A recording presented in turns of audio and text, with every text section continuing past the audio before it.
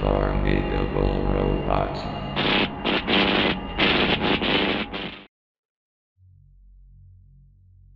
When I was little, I had an experience with something. To this day, I haven't got a single clue what this phenomenon is. I'm getting ahead of myself. I should probably introduce myself first. My name is Liam. I am about 19 at the time of writing, and I'm from the small town of Ashcrest, California. I spent a lot of time watching cartoons.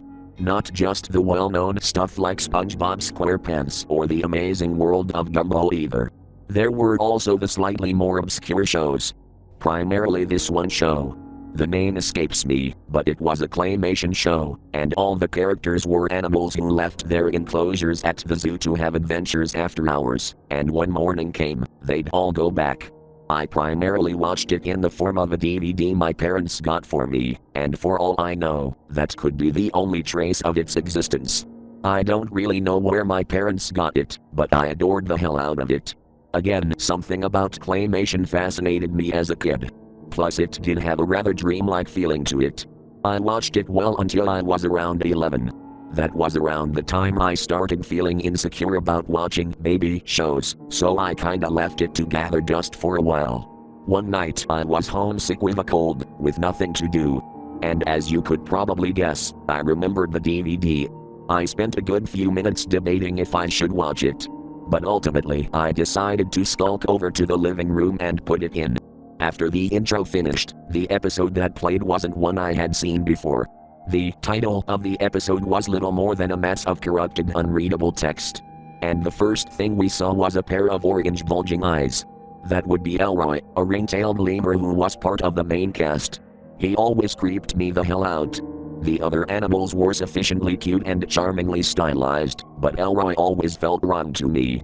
Those aforementioned eyes which barely looked like they could fit in his skull, and his weird gangly spidery fingers. I exaggerate only a little bit, but he did always creep me the hell out. In what was a highly unusual sight, when he scanned his surroundings, the other animals were asleep.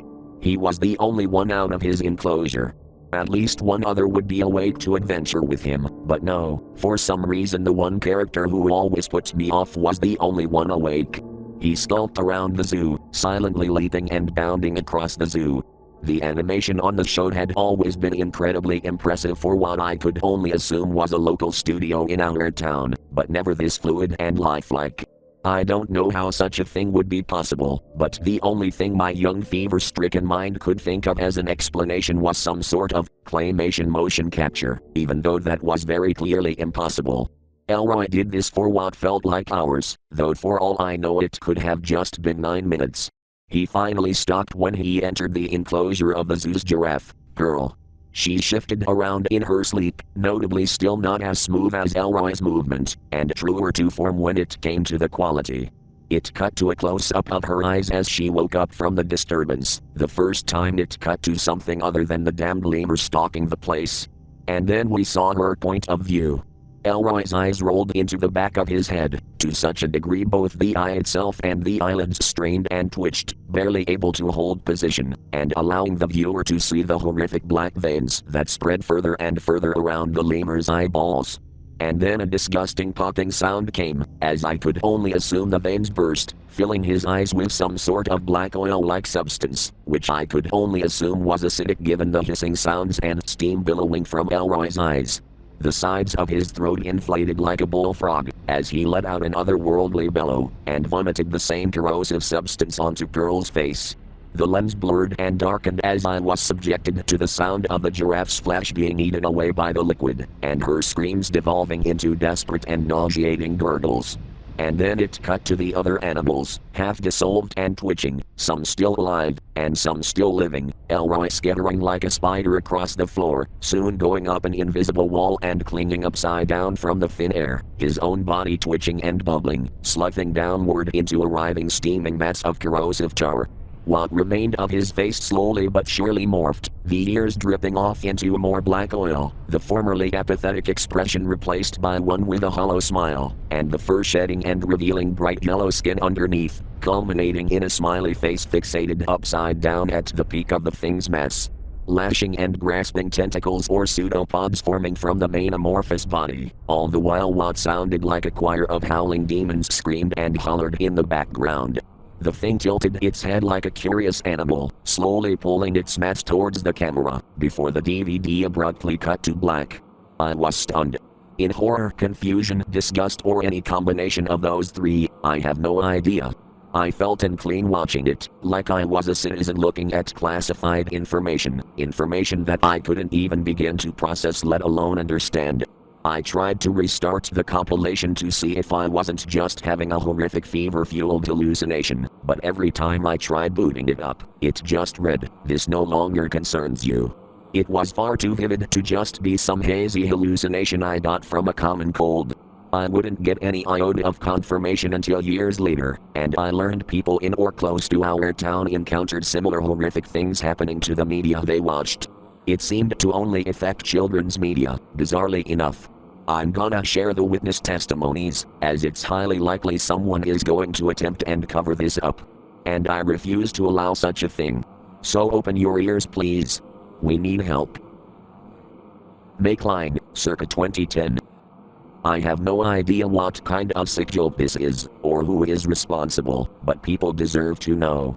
My children always watched PBS Kids, their favorite being Fetch with Ruff Ruffman. The show with the orange dog who hosts his own game show where real-life kids complete. They loved it so much, which is why it breaks my heart that I can't let them use the TV anymore, until I get an explanation from someone, anyone, as to what happened. We already had the show's Halloween special recording for when we got back from trick-or-treating. I recall the episode being rough and the contestants hearing that an old mansion owned by one of his relatives was haunted, and him having the kids solve the mystery, along with his own interjections. And it was a standard innocent affair when I first watched it. But when my kids got home and we watched it together, something happened. It went mostly the same as it should have, though one scene showing the shadow of the supposed ghost of his relative was cut short. Come to think of it, I don't think it was the same shadow from the one I saw at first. But I didn't care to bring attention to it. When they find out the supposed ghost was merely a cutout enlarged by flashlight, the following exchange happens. Cardboard cutouts? And a flashlight? So the ghost was making those shadow puppets. The cat, Blossom I think she was called, looks at the camera, annoyed by Ruff's foolishness. She never spoke due to her lack of a mouth, so you had to read her face to get an idea of her thoughts. What? You got a better theory, Blossom? Now she was supposed to turn around a jack-o'-lantern she was making earlier in the episode to scare Ruff off and prove a point, but that didn't happen. Instead she just kept staring at the viewer, her boss staring at her confused. After a lengthy silence, Ruff spoke up again, though he sounded more like someone else doing an impression of the character. Blossom? She still didn't say anything. Her pupils narrowed, but she still remained motionless. My kids giggled at the awkward moment. What's wrong with you? You can't just stand there. We need to get on with the investigation. Blossom fell over, stumbling under the table with a loud thud, which turned my kids' giggles into audible chuckling.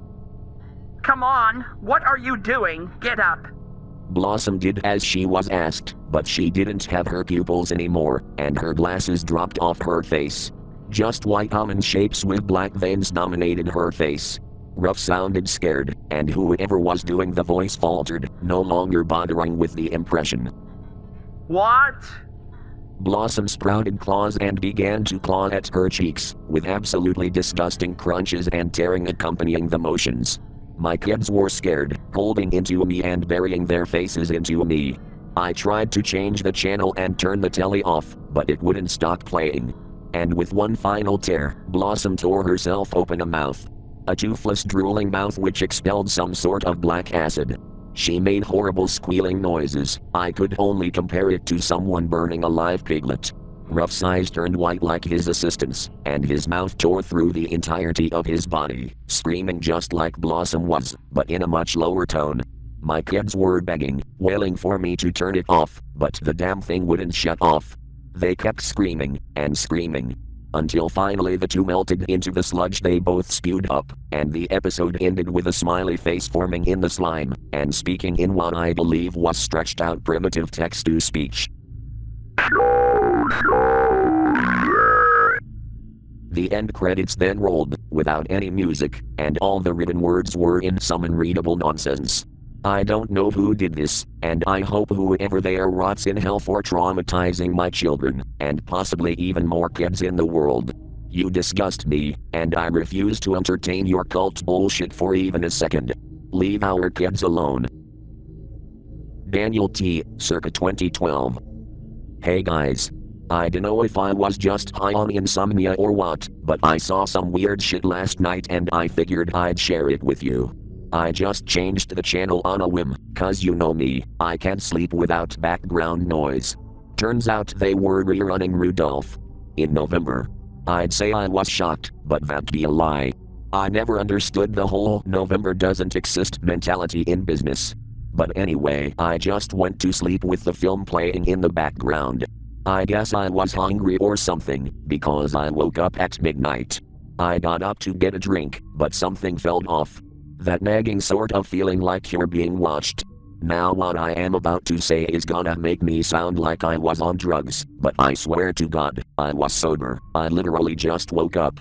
I turned to look at my TV screen. It was just Rudolph. He was looking at me. I stared back for a bit, until I stepped closer to my door, and I watched his eyes follow my movement. Needless to say, I ran the hell out of there, and leapt onto the couch. Forget the damn drink, I'm not going to sleep with a fucking self-aware Rudolph the red-nosed reindeer watching me in bed. But it turns out that wouldn't do anything either. The TV in the living room just turned itself on, the little model bastard still staring at me with those wide dilated eyes. Someone pulled back the camera, revealing that it was a completely still shot, and I could still see the eyes following my location even as it was reeled back. And it turns out, the entire table was covered in the models of nearly every single character in the film, every single one staring directly at me. That, no joke, genuinely almost gave me a heart attack. The cameraman said something indecipherable, and a man in what I assumed was a black leotard poured gasoline onto the table. It was either a leotard, or he was just a living shadow. I couldn't tell. And then the cameraman held out a match and threw it onto the table, immolating it and the models near instantly. And I swear I heard them scream. Have you ever heard a rabbit screech when it's being attacked by a predator? It sounded almost exactly like that. The figure filming put the camera onto the tripod, as somewhere around 6 other silhouettes danced around the smoldering wood and metal. A seventh, wearing a smiley face mask upside down, held out a piece of cardboard with writing that read, "Season's greetings, sincerely," and the last bit was just scribbles. Not something scribbled out, just haphazard strokes of ink. Again, I don't know what the hell happened. High on insomnia maybe, but I don't know if I'll ever find out. If it was some elaborate hijacking, I at least give them an A for creativity. Let's review show, circa 2021. Okay guys, you need to help me out here. Because I have no idea what the fuck I just got. You guys know I'm a sucker for trashy late 90s and early 2000s films, and you guys are too, so I was stocking up on physical copies of movies from that time period, both in VHS and DVD format. One of them was the live-action Flintstones movie from 1994. So I sat down to watch it for my review, and it was. I have no idea where to even begin. Disturbing and surreal don't even do it justice a little bit. Like, I can't tell if my tape was merely tampered with, or outright possessed. Both could be just as likely.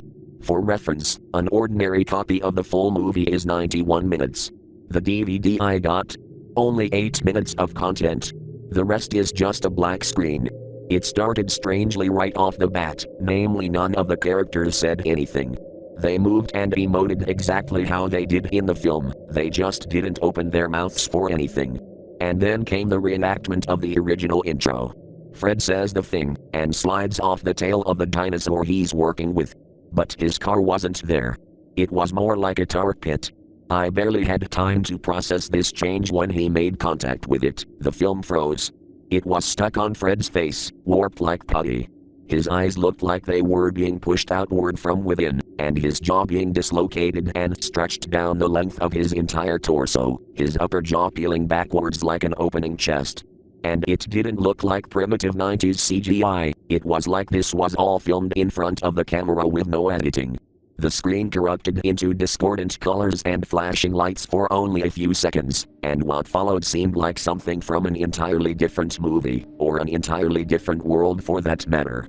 An ocean of thick black ooze flowing under a deep red sky. The formless mass sprouted a neck, tipped with a smiling yellow face. Its mouth didn't open when it spoke. But when it spoke, it felt wrong. It felt like something mimicking human speech. Not quite human, not quite machine. Here's what it said. What is this new world? It's so wonderful. I wish to show them my love. Love in unity. Love in like-mindedness. Bubbling postures of tar billowed with steam, and emerged were animal heads, exaggerated, yet somehow far too real. An alligator, a ladybug, and a skunk. All three heads grinned mindlessly, eyes glazed over white, yet throbbing with more black oil. We all love each other. We hope you will understand. We hope you can play. Stop lying. Stop hiding. The dominant yellow head jittered and shuddered, morphing into a mockery of a rabbit's head, teeth stained with the fluid that was the rest of the body. Join us, please. And then the film cut out. I was stunned. My fear was overpowered by my confusion and awe at what the hell I just witnessed. I ejected the disc and attempted to place it back into the casing, but then I noticed something that I swore wasn't there before. A small piece of paper crumpled into where the disc would be placed. I unfurled it, and the contents were just as cryptic as the bizarre videotape I just watched. Here's what it said. From eons long forgotten, where Stygian abysses hailed forces primeval and blasphemous to mankind. An ancient evil tore free from the Chthonian depths, reforming now as an infant, ignorance blinding it from its eldritch roots. But such malice can never truly be forgotten. It will remember the hoary plateaus in which it was formed. It will remember how its ichor subsumed those in its way. And it will remember its many mouths, from which it ululates the guttural tongues of outer beings it once knew in the glowing trenches. The infant may remember, and the infant will metamorphose. We bloom in the moonlight, and we will wilt in the sunlight. As such, you should never embrace the light. Embrace the Eigengrau, for it begs for your affection. The tape and note has since been burned. If this is something occult I have gotten involved with, I don't want to leave a single trace for them to find me with. If you have any idea what the hell is going on, or if you are a victim of this phenomenon, please contact me. I need to know. And we need to know. We can't be the only ones.